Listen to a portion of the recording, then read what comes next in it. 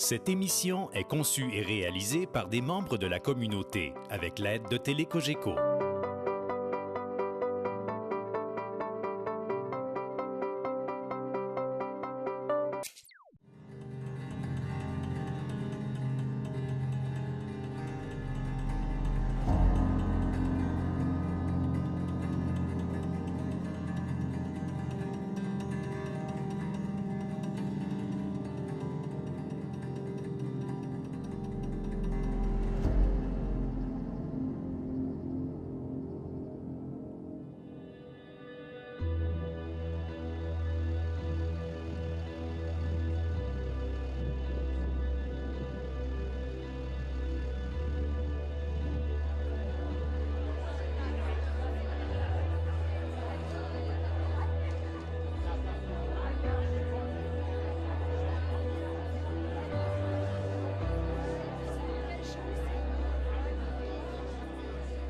Alors ça fait plaisir de vous voir avec nous ici aujourd'hui.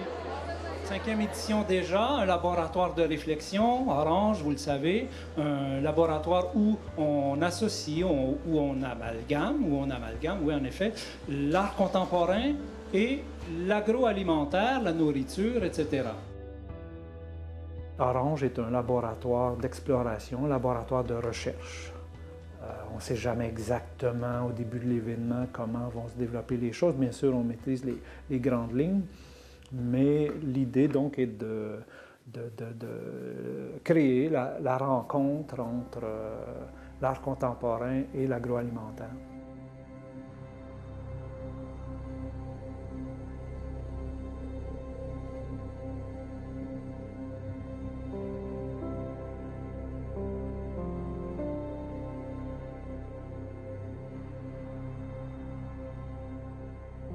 Quand on dit art contemporain, dans le fond, on dit il y a automatiquement le mot international d'inscrit dedans.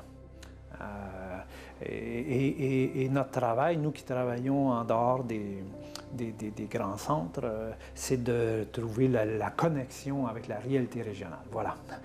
Et pour Saint-Hyacinthe, c'est évident que l'agroalimentaire est une réalité centrale, importante, majeure. Donc de la région. Et pour cette raison-là, ça m'apparaissait tout à fait pertinent et d'accoler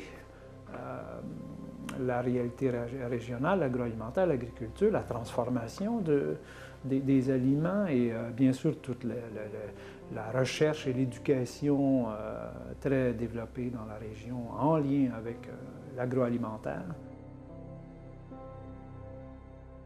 C'est pas un monde inconnu pour moi, l'agroalimentaire. Mes parents sont des agriculteurs. Je ne me serais pas permis de plonger dans Orange, dans la création, dans la mise sur pied d'Orange, si j'avais pas eu cette espèce d'intérêt et de confiance en parlant de l'agroalimentaire. Alors, de mixer l'art contemporain avec l'agroalimentaire, je trouve que pour notre ville, c'est ingénieux. Ça fait référence à notre terre d'innovation aussi. Et je pense qu'au cours des années, ça peut être une fierté pour notre ville. Même qu'Alex, il y a 3 ans, m'a dit « Écoute, Benoît, tu connais Orange? » Je dis « Oui, je l'ai visité il y a 3 ans, tout ça. » Il dit « J'en entends parler, on peut-tu y aller ensemble? » Et donc, déjà, le nom Orange avait commencé à circuler à travers le Québec, même peut-être à travers le Canada. Il s'agit définitivement d'un événement qui s'inscrit dans l'agenda en art actuel canadien. Et vous pouvez être très, très fiers de ce que vous avez fait pour la région. Et je suis convaincu que cet événement-là, dans les éditions subséquentes, va devenir de plus en plus populaire.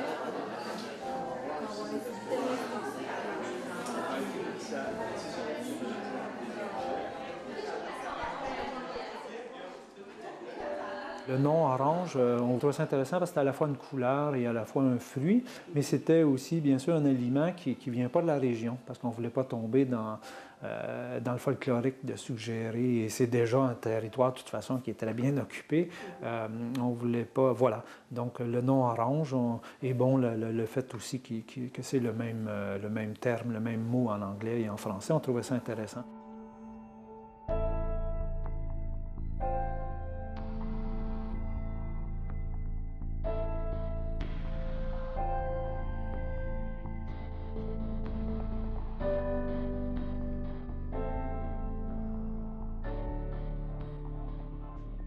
En art contemporain, on a de la performance, des artistes qui infiltrent la communauté, la société, si on peut dire, qui va manger avec des gens. Alors, en premier abord, c'est sûr que le commun des mortels se demande c'est quoi le rapport avec les arts visuels.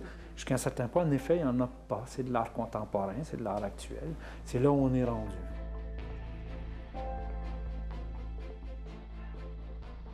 Alors, Claudie Gagnon, première édition, tableau vivant, on n'est pas en performance, on n'est pas tout à fait en tableau vivant, on n'est pas tout à fait en infiltration, on est en action de type performance, mais déjà c'est très présent et ceux qui étaient là en 2003 se rappellent très bien de ces actions, de ces tableaux vivants de Claudie Gagnon. Donc ça a donné le ton, c'était vraiment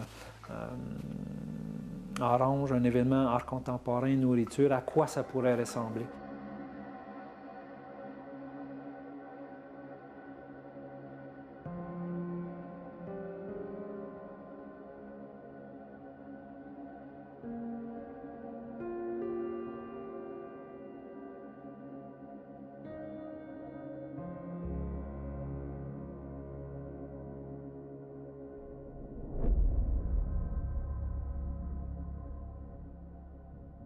On voulait, dès le début, ouvrir sur l'international. C'est pourquoi on invite des artistes de d'autres pays, bien sûr, et avec un budget plus important, on pourrait aller beaucoup plus loin. Là. Ça reste assez modeste, ce que l'on fait. Là.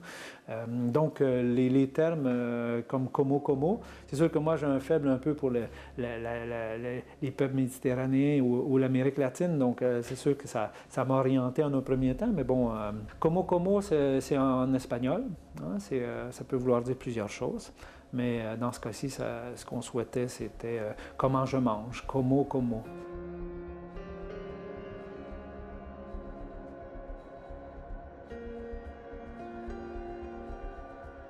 C'est le politique, l'engagement politique, le côté critique.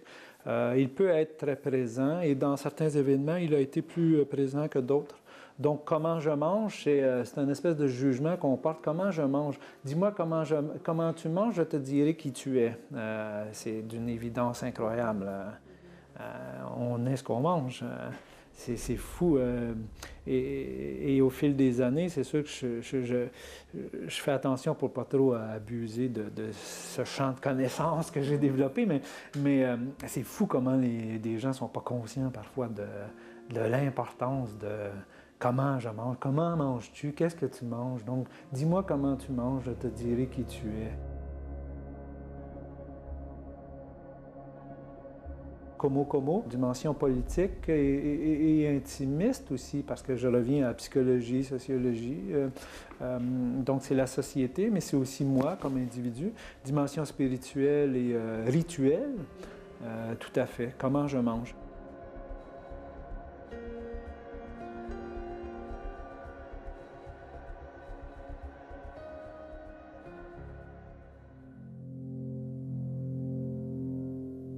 Ensuite, il nostro gusto, pardon, c'est en italien, c'est à notre goût, notre goût.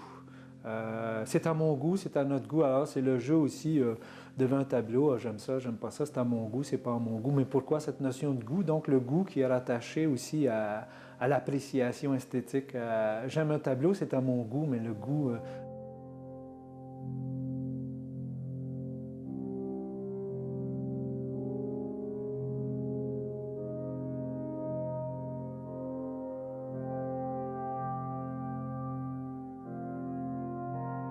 Le titre est un peu influencé par lui parce que c'est un Italo-Canadien qui vit aujourd'hui aux États-Unis. Donc Cosimo Cavallaro, c'est un artiste qui travaille beaucoup avec la nourriture, mais de la façon suivante, il gicle. En fait, la première œuvre de lui qu'on a découvert, c'est une œuvre où il giclait du fromage sur les murs d'un appartement. Et puis, tranquillement, on a consulté différents ouvrages, on l'a contacté, etc.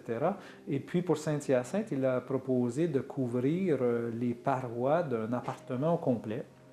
En fait, c'était un 4 pièces et demi quand même, un 4 pièces et demi recouvert complètement de pâte de tomate. Et ça a fait beaucoup jaser. Ça a été marquant, je pense, pour Orange, cette pièce-là, parce que ça visait, ça a pu faire ressortir ce que j'appellerais le puritanisme.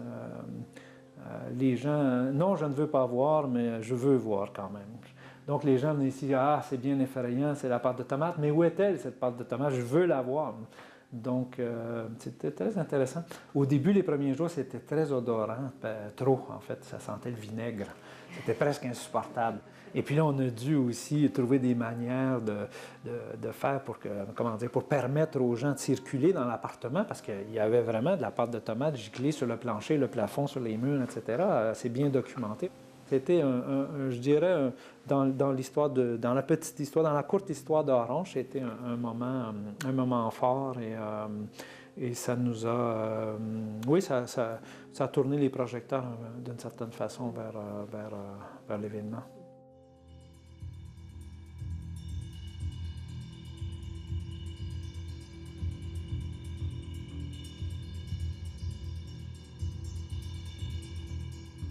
Les mangeurs, en apparence, un sujet un peu plus dur, un peu plus difficile, mais qui a été bien reçu, c'est la mort et la nourriture.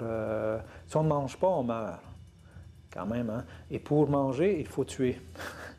Là, on peut se poser beaucoup de questions. De toute évidence, il faut tuer l'animal pour le manger. Qu'est-ce qu'on fait? C'est quoi le traitement des animaux? Là, on peut aller loin avec ce sujet-là. Les plantes aussi, d'une certaine façon, il faut quand même les tuer, il faut les couper, il faut les transformer. Donc, ça tournait autour de ce sujet très important, la nourriture et la mort.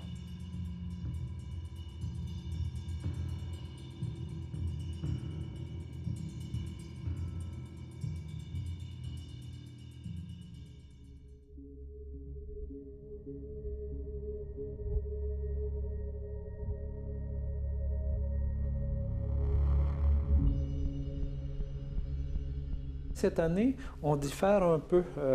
C'est la viscéralité, il y a encore la nourriture très présente, bien sûr, mais c'est la viscéralité dans le sens de l'acte créatif qui est viscéral chez l'artiste ou celui qui souhaite être artiste. Il y a quelque chose chez ces gens qui les pousse de façon inconditionnelle, de façon viscérale, à réaliser des œuvres. Donc, c'est dans ce sens-là. Donc, on demeure dans le monde de l'art contemporain, tout à fait, mais on s'éloigne un petit peu, je dirais, de la nourriture, mais c'était conscient. On en était... on savait déjà qu'on prenait cette voie-là dès le début en travaillant avec les commissaires Céline Méran, avec la commissaire Céline Méran.